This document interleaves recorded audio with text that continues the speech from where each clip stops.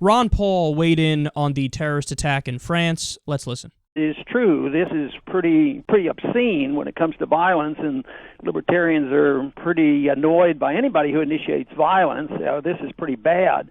But in the context of things, France has been a target for many, many years because they've been involved in foreign affairs in Libya, and they really prodded us along in recently in Libya, but they've been involved in Algeria. So they've had attacks like this, not infrequently. So it does involve, their foreign policy as well.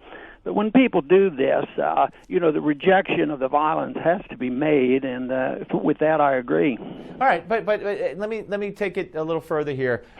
Whether or not, the people, we don't know, we haven't had a claim of responsibility. Let's say they're either al-qaeda or ISIS, or al-qaeda or ISIS trained, or they did it on their own and they're very sophisticated, apparently, but they're al-qaeda or ISIS inspired or trained. Okay. Right. So every country that has a foreign policy that the animals don't like should expect that this could happen, and do you put the blame at all on the countries? No, I put blame on bad policy. All right, understand that I agree with libertarians on foreign policy 100%. They are non-interventionists, by and large, and I'm a fairly committed non-interventionist. I think that's clear if you go by my record and you go by what I've said on YouTube and on the show since the beginning of the show. So I'm not saying this with any malice towards Ron Paul on this issue, but, dude, you got to stop with the cut-and-dried copy-and-paste answers for every single thing that happens on this issue. Like, there's this thing that people do where they're always looking to invoke their own pet issue and throw it out there and say, no, this is my stock reply, so this has to be the right answer. That it's because of the foreign policy that this happened. But the world is a complex place. Each thing that happens, whatever it may be, you have to look at that thing individually, and you have to judge it on its own merits. So is there a lot of Muslim radicalization that has happened because of U.S. foreign policy? Because we've killed so many civilians that we radicalized people who were otherwise moderate, and as a result of that, there's been a net increase in terrorists and terrorism since the war on terror began. Yes, that's absolutely true, and I talk about that more than anybody else. But in this particular case, with the Paris shooting, can you say it's because of foreign policy? Absolutely not. Look, you just can't, man. There are some articles out there where they say, well, the leader of one of the groups said that he was radicalized because of what happened at Abu Ghraib in Iraq. But that really kind of falls apart because France was against the war in Iraq. So France is in no way responsible for the war in Iraq. So to attack them for what happened at Abu Ghraib makes no sense.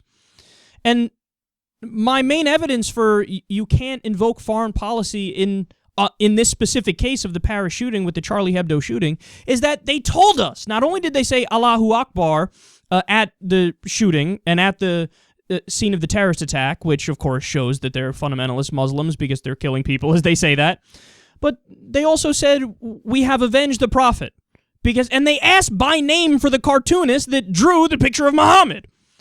So in this particular case of fundamentalist terrorism, fundamentalist Muslim terrorism, it is in the name of their religion and in the name of their ideology that they did it. You cannot say, well, let's find a way to bring in French foreign policy in Algeria and Libya. I mean, France is also fighting in Mali. They're fighting al-qaeda in Mali. So yes, they are doing some interventions. But by and large, they're way more non-interventionist than the U.S. Nobody comes close to us in terms of doing foreign intervention. So it's just it's kind of an excuse. It's kind of a cop-out to give another reason for non-intervention. And look, I want to be clear. I'm with libertarians on this 100%, but don't invoke this argument when it doesn't fit. You know, it's like taking a round hole and trying to fit a square peg in it. You can make a weird sex joke out of that. I'll bite my tongue from doing it. Not the right time or place. But there's plenty of times where you can invoke that argument. that we are the problem, we are creating more terrorists, and we need to stop, we need to mind our business. That's what we should do. And we should be doing that right now.